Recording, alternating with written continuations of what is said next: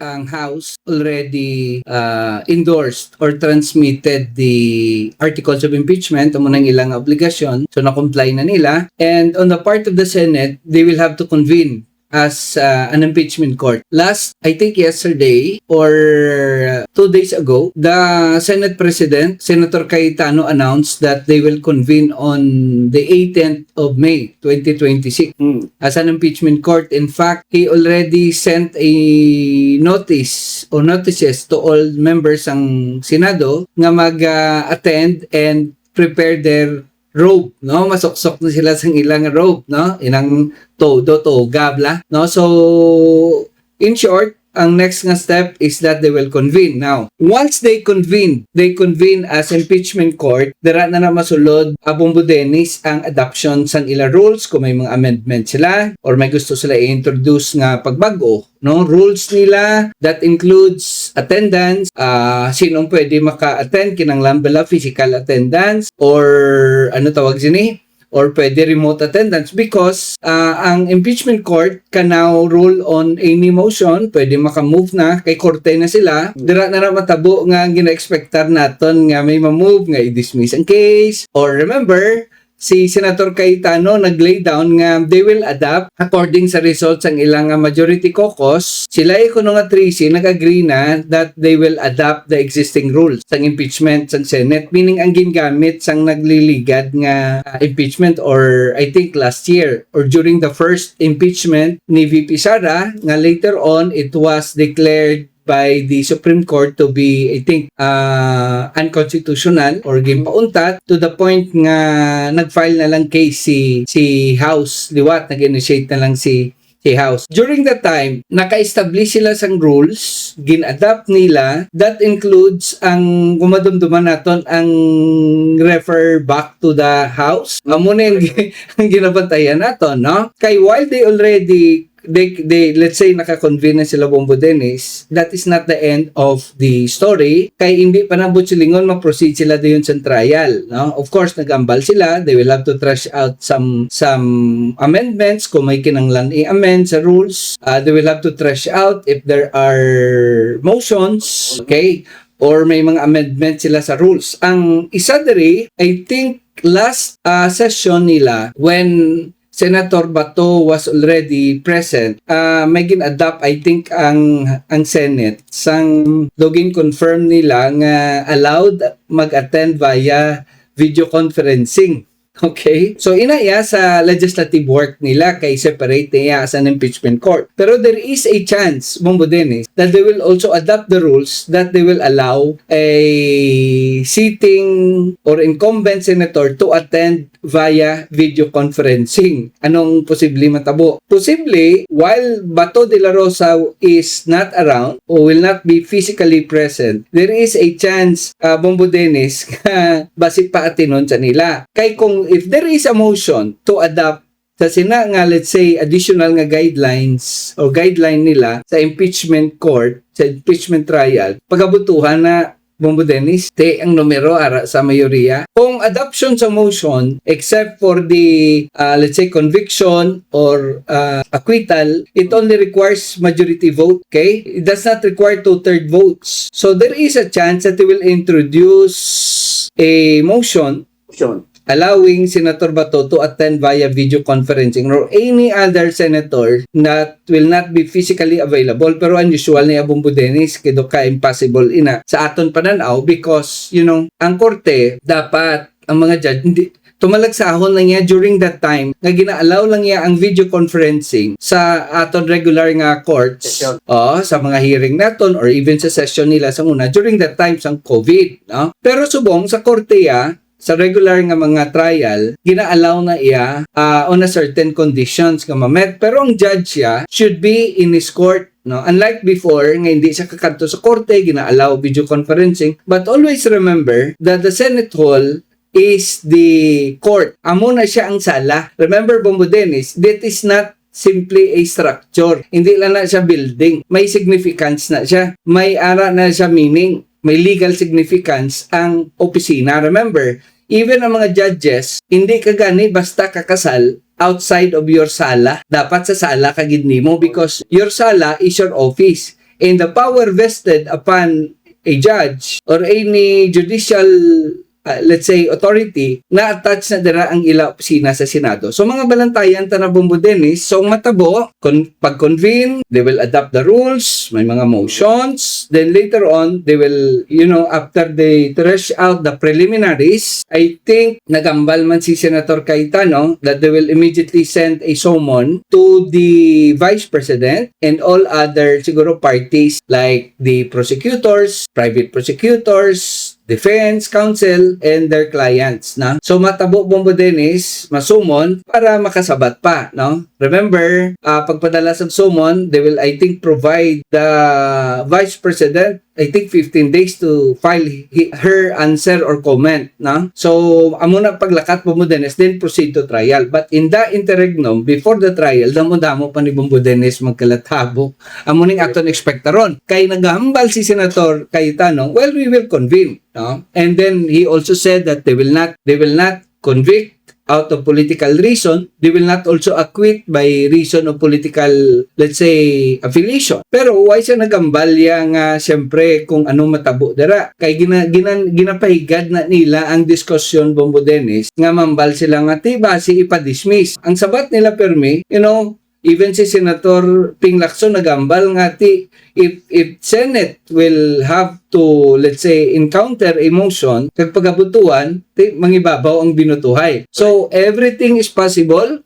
It can be referred back to the House. It can be moved to be dismissed. Amo nang sadyagid, no? Kung nimo na nila, then mambal sila that is part ng amon nga rules, no? Kung nakita namon nga there is no basis, we can dismiss that because we are a court. That's why whether gusto or hindi sa mga senador, makonvince sila. And if you are in favor, let's say klaro man Bombo Dennis, we cannot deny there are senators while ginabawi-bawi nila Bombo Dennis ga flip-flop sila sa ilang panindugan nga hindi we will be impartial, but kabalo na gid man kita Bombo Dennis. Siguro, hindi magnubo lima dara ka mga sitting senators nga obviously, they are against the impeachment of VP Sara. Kumbaga, publicly, they already have this pronouncement nga pabor sila kay Sara. So that is a very dangerous nga mga pananawan. So kung may mga move, for example, nga i-refer back, i-dismiss, you can also expect that there will be a motion nga ipa-inhibit ng iban nga mga senador.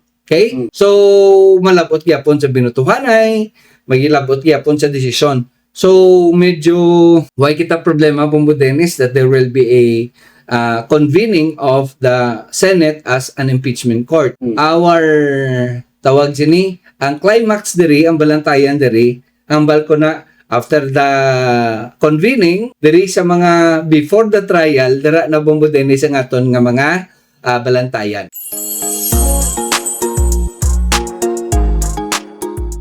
Dismissing name complaint. Pag binutuhay, pwede of course, majority vote. Alanta naman kaya mga kung magbinutuhay in favor sa ising sa complaint, may rekurso, may lagas. Anong may prosecutor? Panel of prosecutor sa kung may rekurso? Una sa tanan Bombo Dennis, there is a constitutional provision nga once the impeachment, articles of impeachment is transmitted to the Senate, they have a constitutional duty to proceed to trial forthwith. Okay? Gambal ang Korte Suprema, gambal ang Constitution nga dapat ma-proceed gid sa trial.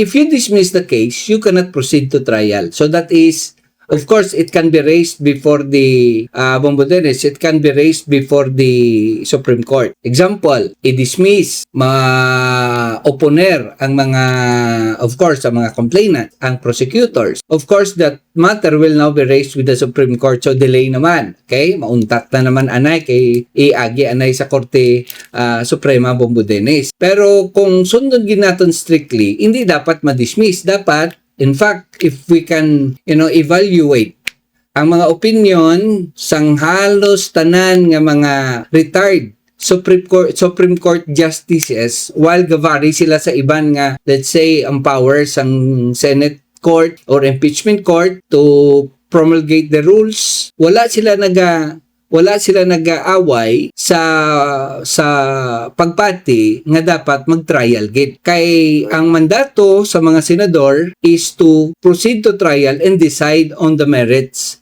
whether they will acquit or they will, what do you call this, whether they will convict. Kay ang matutuod mo Dennis, if the composition, atong nambalansang mga nagliligan pa, if we will consider the composition of the majority subong nga perceived to be on leaning to acquittal of VP Sara, kung ako iya pamaguton, ipaproceed ko na ni sa trial, padasigon ko ni gani para magbinutuhay na kita. Diba? Ang problema ng Bombodeni, kay gambal man gani ang prosecution o ang mga membros ng House, nga whether i-acquit gi Manila, but what is important that the public will now be able to observe, discover, and makita nilang mga ebidensya, no? Ma-presentar kay kabalo ka Bombo Dennis, kabalo kitaya basta may impeachment trial diri sa Pilipinas. I believe medyo perdihon niya na guro si Coco Martin.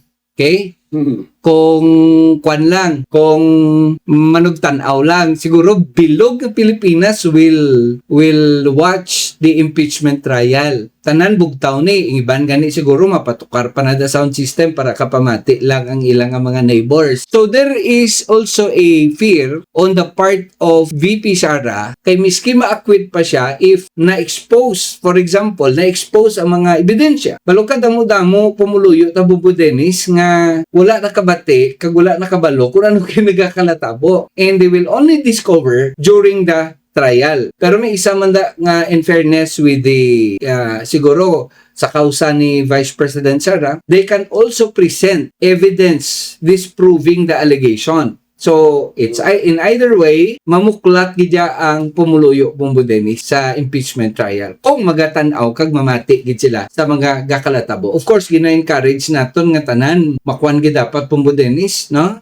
Kung may chimpo, pamati gid. Kung tapos nila obra, i-replay gid. Balo ka, again, ang impeachment trial ni VP Sara, I think it's something kita nga mga Filipino mag-observe gid. Because at the end of the day, kung kita nga mga Filipino, nakita naton Bombo Dennis nga very strong, let's say, ang evidence, either for acquittal or for conviction, mapabatsyag mo naton ang aton nga mga senators. Actually, matabo na Bombo Dennis, there will be continuing surveys, okay? Continuing siguro pamangkot sa pumuluyo, no? Kag mabatsagan ta man ang Bombo Dennis even sa social media, no? Of course may mga trolling dira, pero nonetheless ma-feel ta na Bombo Dennis ang chismis sa aton palibot. Kadto ka lang sa kapihan, ang mga debate dira, no?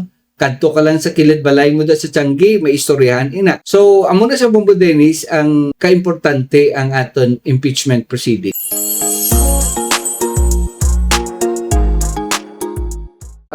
Impeachment court, pwede yan.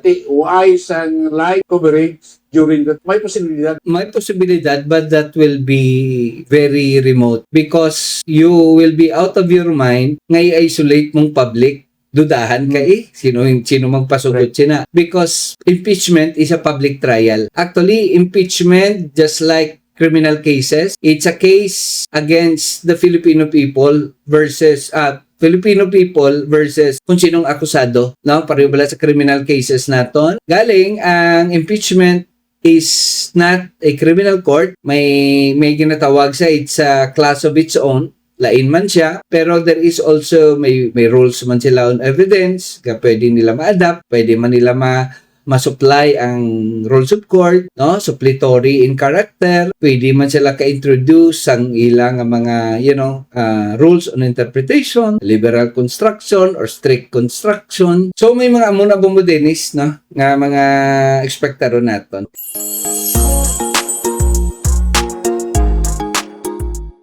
Kung ang dinakor. Sa mandato ng korte ng ating saligang batas, dapat talagang may trial kasi the Constitution that after the transmittal of the articles of impeachment from the House to the Senate, trial shall forthwith proceed. Shall meaning mandatory ang trial. However, naniniwala din tayo, Bombo Dennis, na itong majority ng mga miyembro ng Senado who are now part ng impeachment court will also attempt to introduce a motion not to proceed to trial. And that includes, kasama na dyan, Bombo Dennis, yung possible na i-refer back sa House. Alam naman natin, there is already a precedent, di ba?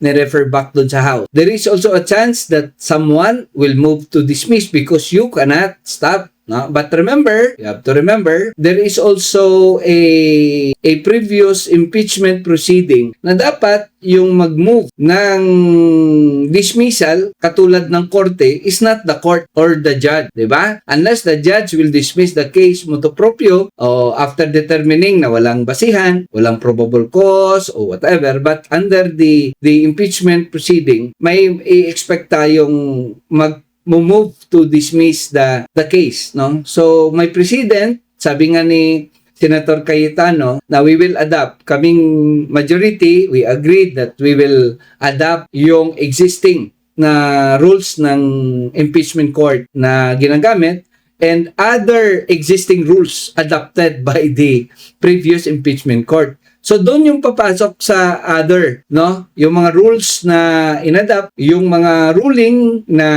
inuphold, so pwedeng gamitin yan, Bombo Dennis. So again, if constitution lang yung pag-uusapan natin, dapat matuloy talaga, no? There is no way. Kaya nga sinabi ko kanina, there are former justices of the Supreme Court, some experts, legal analysts. I think majority, if not all of them, are of the opinion na dapat trial shall proceed forthwith kasi it's a mandate of our Constitution. Otherwise, if you depart from that mandate of the Constitution, your action is considered unconstitutional. The problem is, ang pwedeng mangyari, kasi kung patigasan na ng ulo, kunwari, we have to expect one, Senator Marcoleta will move to dismiss the case or Amy Marcos will move to dismiss the case. And then pagbubutuhan, matatalo yung, ang minority, mananalo yung majority. So legally, in effect, dismiss yung case. But that case will now be elevated to the Supreme Court for a constitutional dispute or question on whether the impeachment court can dismiss the case and not proceed to trial on some legal or technical issues. Bombo Dennis.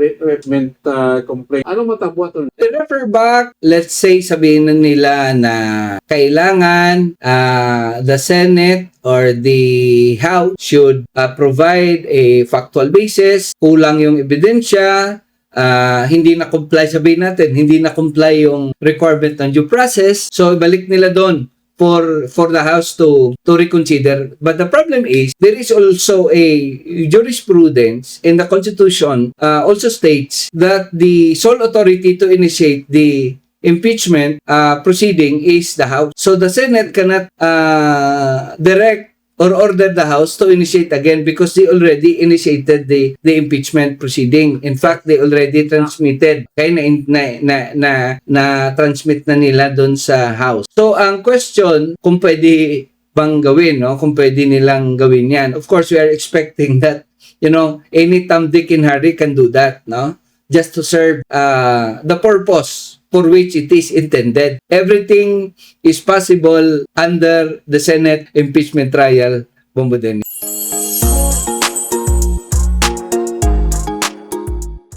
Magka-affecto sa kanyang political career. 28th election? Yes, Bombo Dennis, I believe so. Una sa lahat, there is a consistent result in all of the surveys. Whether they are pro-Sara or anti-Sara, pro-impeachment, or anti-impeachment, that most of them agreed that impeachment trial shall proceed for two obvious reasons. Una, on the part of, siguro sabihin natin, anti-Duterte, gusto nila talagang mapatunayan na dapat ma-impeach si VP Sara because they believe that Sara should not be the next president. Okay? On the part naman ng mga pro-Sara, some of them, if not all of them, or most of them, nagsasabi na kailangan ma-proceed sa trial for the Vice President to prove her innocent. So, in either way, lahat, halos, yung majority ng Filipino people wanted the trial to proceed. Pag hindi ginawa ng mga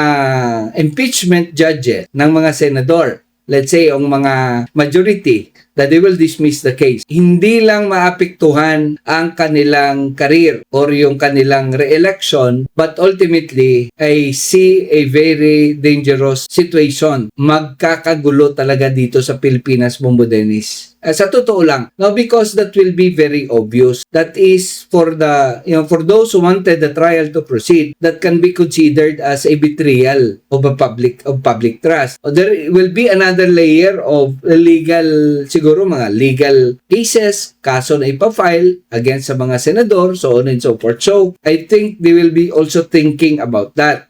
Kaya nga, sinasabi ko kanina, Bombo Dennis, they have the number. They have the numbers.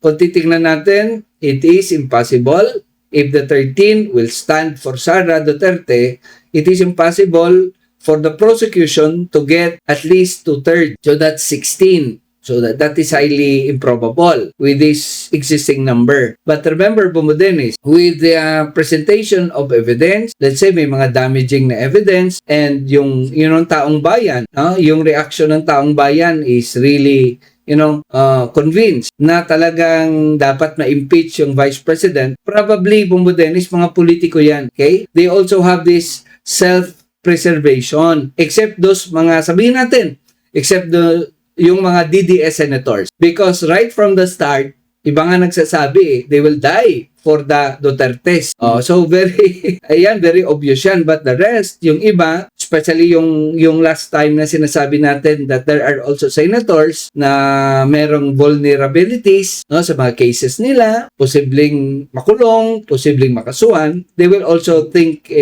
siguro take a second look kung they will vote simply because they are blindly following a crusade of a certain political party or aggregation, or they will, this time, with their conscience, vote for, based on their conscience. I hope may mga konsensya. No? Of course, tao lang naman yan, Bombo Dennis. They will be swayed by emotion, they will be swayed by reason, they will also be swayed by influence and political affiliation. So, in either way, if the people will be watching, siguro, and will be expressing their reaction, and then mafe-feel ng mga senador, there is a chance also that they will, cast their vote in accordance with the evidence presented to them, Bombo Dennis.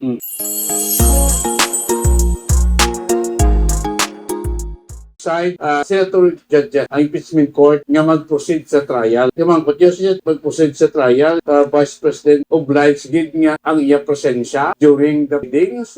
I think based on previous and even the existing rules ng Senado, Bombo Dennis, dapat mag-appear in person. Unless siguro may mga, let's say, circumstances that will render the person physically impossible, sabihin natin nagkasakit. Ina-allow naman ng court yan, no? The court also allows even ordinary cases. But I think part of the rules, dapat personal appearance talaga. If you respect the court, you have to appear. Otherwise, that will be a contemptuous act, that is an insult to the majesty of the court. Pwede ma-call yung attention mo, pwede ka ma-contempt.